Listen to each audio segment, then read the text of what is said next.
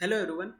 इस वीडियो में हम लोग आर्टिकल 18 के बारे में डिस्कस करेंगे। अनुच्छेद 18 जो है फंडामेंटल राइट में इसके बारे में बताया गया है, जो कि हमारे संविधान के भाग थर्ड में जिसके बारे में जिक्र किया गया है। तो ये अगर मैं बात करूं, आर्टिकल 18 जो है वो अबॉलिशन ऑफ टाइटल से संबंधित है। यानी किसी भी तरह का कोई भी टाइटल किसी को भी, भारत के नागरिक हो या फॉरेन के नागरिक हो, जो भारत में आकर के कोई वर्क वगैरह कर रहे हैं या इन्वॉल्व है, तो उनको किसी भी तरह का कोई भी टाइटल नहीं दिया जाएगा।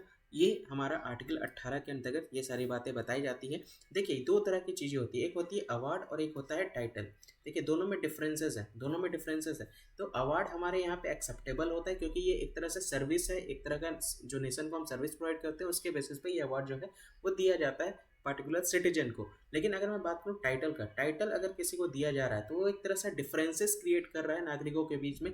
जैसे टाइटल्स के अंदर में आप लोग इतिहास में जैसे अंग्रेजों के अधीन हम लोग का 200 साल तक रहे हैं, तो आप लोगों ने सुना होगा गवर्नर जनरल, सुना होगा सर लॉर्ड, सुना होगा सर बहादुर, सुना होगा। तो ये सारे टाइटल्स होते थे। तो ये सारे टाइटल जो हैं वो बेसिकली एक तरह से क्या करते हैं, डिस्क्रिमिनेशन यानी एक भेदभाव यानी इन इक्वलिटी स्टेटस को ये क्या करते हैं, हनन करते हैं। इसी के लिए इसको खत्म करने को लेकर के यहाँ पे आर्टिकल 18 में अबॉलिशन का जिक्र यहाँ पे हमारे संविधान में किया गया है कि हमारे संविधान के आर्टिकल अनुच्छेद के अंतर्गत कोई भी किसी को कोई भी टाइटल नहीं देगा।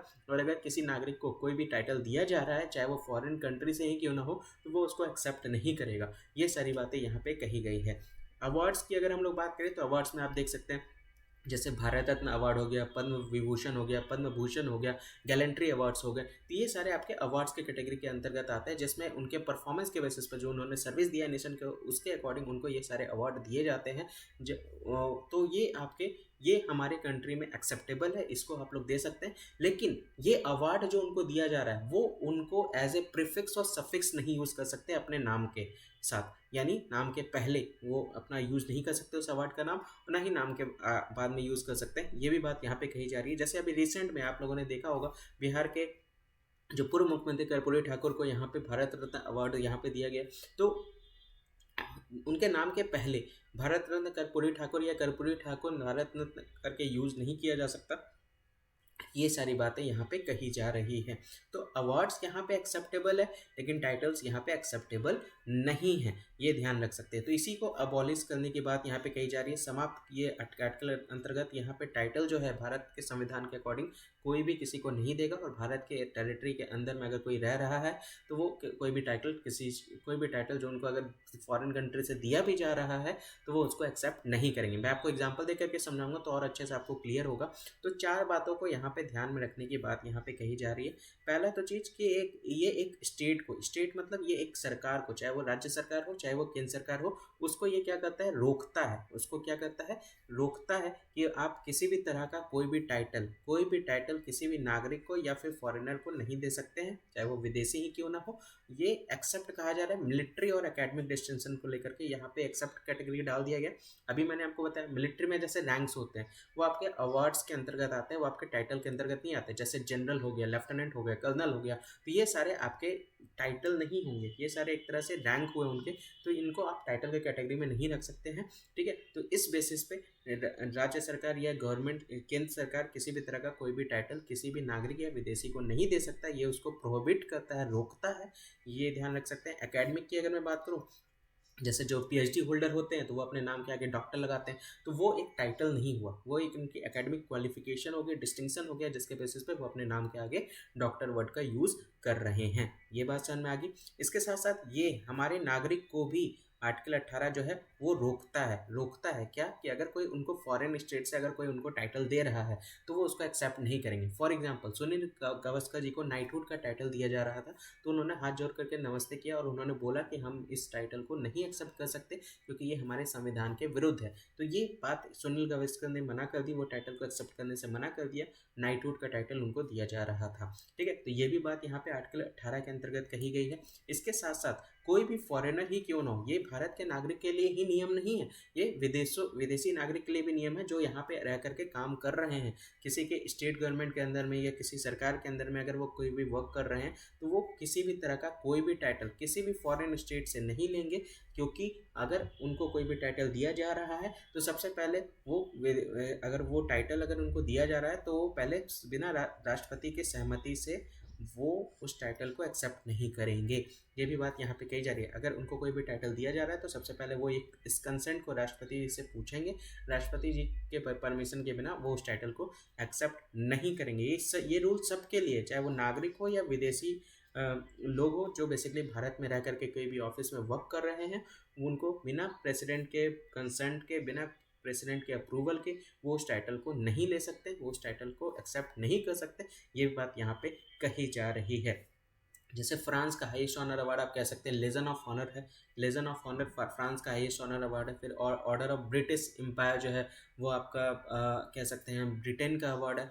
फिर इसी तरह से आप कह सकते हैं हमारे पड़ोसी देश जो है पाकिस्तान, निशान ए पाकिस्तान जिसका हाईएस्ट ऑनर अवार्ड है। तो ये आप देख सकते हैं, ये सारे आपके अवार्ड है जो हम इन देशों के हैं।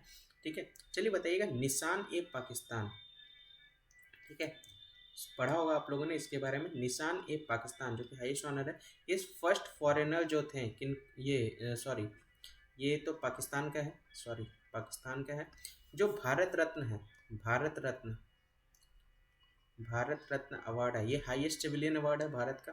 ठीक है, ये सबसे पहले फर्स्ट फॉरेनर कौन थे जिनको ये दिया गया? कमेंट सेक्शन में मुझे बताइएगा जरूर, कमेंट सेक्शन में अपना आंसर जरूर दीजिएगा। भारत की तरफ से भारत रत्न अवार्ड जो है वो पहले फॉरेनर कौन थे जिनको ये दिया गया था? जैसे टाइटल्स के अंतर्गत में क्या क्या आता है, जैसे महाराजा हो गया, राज बहादुर हो गया, राय बहादुर हो गया, राय साहब हो गया, दीवान बहादुर हो गया, ये सारे बैंड है। आर्टिकल 18 के अंतर्गत ये सारे बैंड है, क्योंकि ये एक तरह से क्या करता है, ये एक तरह से समान स्थिति के सिद्धांत के ये खिलाफ है, इक्वल स्टेटस ऑफ ऑल के खिलाफ है, राइट टू इक्वलिटी के खिलाफ है, समानता का अधिकार जो हमारा संविधान सभी नागरिकों को प्रोवाइड कर रहा है ये उसके खिलाफ है। इसी तरह से इस तरह के सभी टाइटल्स को यहाँ पे अबॉलिश कर दिया गया है, इसको खत्म कर दिया है। अनुच्छेद 18 के तहत कोई भी इस तरह का कोई भी टाइटल किसी को भी नहीं प्रोवाइड करेगा, या फिर कोई भी इस तरह के टाइटल अगर कोई किसी को प्रोवाइड कर रहा है तो वो उसको एक्सेप्ट भी नहीं करेगा बिना प्रेसिडेंट के अप्रूवल के, बिना प्रेसिडेंट के कंसेंट के। ये हमारा संविधान के अनुच्छेद 18 के तहत ये सारी बातें यहाँ पे कही जा रही है। ठीक है, क्लियर, समझ में आया, समझ में आ रहा है ये सारी चीज़ें। तो अवार्ड्स कोई भी दे सकता है, क्योंकि अवार्ड्स नेशंस को सर्विस जो कर रहे हैं उनको, उसके बेसिस पर उनको ये सारे अवार्ड दिए जा रहे हैं, तो वो एक्सेप्ट कर सकते हैं। लेकिन हाँ, उस अवार्ड को भी वो एज ए प्रीफिक्स और सफिक्स यूज़ नहीं कर सकते अपने नाम के आगे पीछे, ये ध्यान रखिएगा। तो ऐसा नहीं है कि इसमें अगर कोई किसी को टाइटल दे रहा है या कोई ले रहा है तो इसमें कुछ पनिशमेंट वगैरह दिया जाएगा, ऐसा कुछ नहीं। आर्टिकल 17 में पनिशमेंट का ऑफेंस था जो कि हम लोगों ने पढ़ा था, हम लोगों ने वहाँ पे पढ़ा था अनटचेबिलिटी को लेकर के, अबॉलिशन ऑफ अनटचेबिलिटी को लेकर के। लेकिन यहाँ पे आर्टिकल 18 में ऐसा कुछ भी नहीं है पनिशमेंट को लेकर के, बस मना ही किया गया है। अगर कोई किसी को देता है लेता है तो वैसा कुछ पनिशमेंट को लेकर के यहाँ पे कोई भी बात नहीं कही गई है। यहाँ पे ये भी बोला गया 1996 में सुप्रीम कोर्ट के द्वारा ये वैलिड करार दिया गया है संविधान के जो अवार्ड्स हैं, जैसे भारत रत्न हो गया, पद्म विभूषण हो गया, पद्म भूषण हो गया, पद्मश्री हो गया, ये सारे संवैधानिक वैधता को बरकरार रखता है, क्योंकि ये सारे अवार्ड्स के कैटेगरी में आते हैं, ये सारे टाइटल के कैटेगरी में नहीं आते हैं। जैसे रिसेंट में किसको दिया गया भारत रत्न, तो रिसेंट में दिया गया है कर्पूरी ठाकुर को। ठीक है, कर्पूरी ठाकुर जी को। चलिए, तो ये बातें यहाँ पे बताई गई है। इसके साथ साथ ये यहाँ पे ये भी बोला गया है, फैसला सुनाया गया है कि ये पुरस्कार अनुच्छेद 18 के अर्थ के भीतर शीर्षक की राशि नहीं है। यानी इसका मतलब क्या हो गया, ये सारे टाइटल्स कैटेगरी में नहीं आएंगे। जो अभी हम लोगों ने अवार्ड डिस्कस किया, भारत रत्न, पद्म विभूषण, पद्म भूषण, पद्मश्री, ये सारे टाइटल के कैटेगरी के अंतर्गत नहीं है, तो इसमें किसी भी तरह का कोई भी प्रोहिबिशन नहीं भी है, यहाँ पे कहा जा रहा है। ठीक है, यहाँ पे ये भी कहा जा रहा है कि ये किसी भी तरह का इक्वलिटी का जो अधिकार है, जो समानता का सिद्धांत है, उसको यहाँ पे किसी भी तरह से वॉलेटाइल नहीं कर रहा है, किसी भी तरह से प्रोहिबिट नहीं कर रहा है, किसी भी तरह से उसका हनन नहीं कर रहा है, जिसकी वजह से ये आपको अवार्ड के कैटेगरी में है और ये यहाँ पे कोई भी किसी को दे सकता है। ठीक है, लेकिन हाँ, इसको हम किसी भी तरह से सफिक्स और प्रीफिक्स के तौर पे नाम के आगे या पीछे हम यूज़ नहीं कर सकते हैं।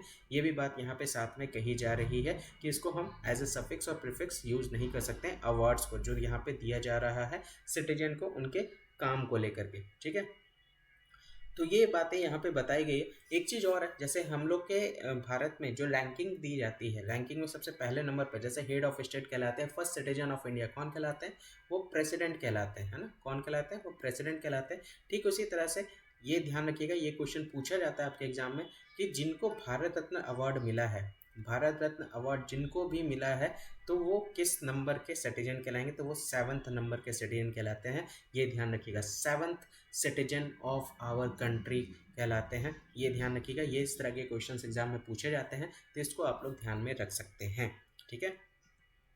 इसके साथ साथ ये भी बोला गया ये नेशनल अवार्ड कब, ये तो ऑलरेडी हम लोग अभी मैंने आपको बता दिया, ये 1954 से इसको स्थापित किया गया था राष्ट्र पुरस्कार को। जनता पार्टी की जो सरकार थी, जो मोरारजी देसाई के द्वारा जो हेड की जाती थी, उन्होंने इसको 1977 में बंद कर दिया था, लेकिन बाद में फिर इसको 1980 में इंदिरा गांधी की सरकार के द्वारा इसको वापस से रिवाइव कर दिया गया था। अवार्ड को भी यहाँ पे डिसकंटिन्यू किया गया था, लेकिन बाद में इसको रिवाइव कर दिया गया था इंदिरा गांधी की सरकार ने 1980 में।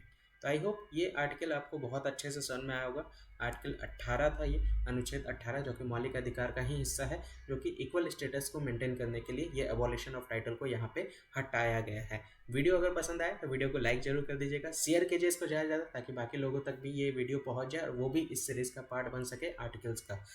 रोज़ आपका एक आर्टिकल्स आता है तो उसको अच्छे से कवर कर सकते हैं। चैनल को अगर आपने सब्सक्राइब नहीं किया तो सब्सक्राइब कर लीजिएगा और बेल आइकन पर भी क्लिक कर लीजिएगा, नोटिफिकेशन टाइमली आपके पास अपडेट पहुंच जाए उसके रिगार्डिंग। जय हिंद, जय भारत।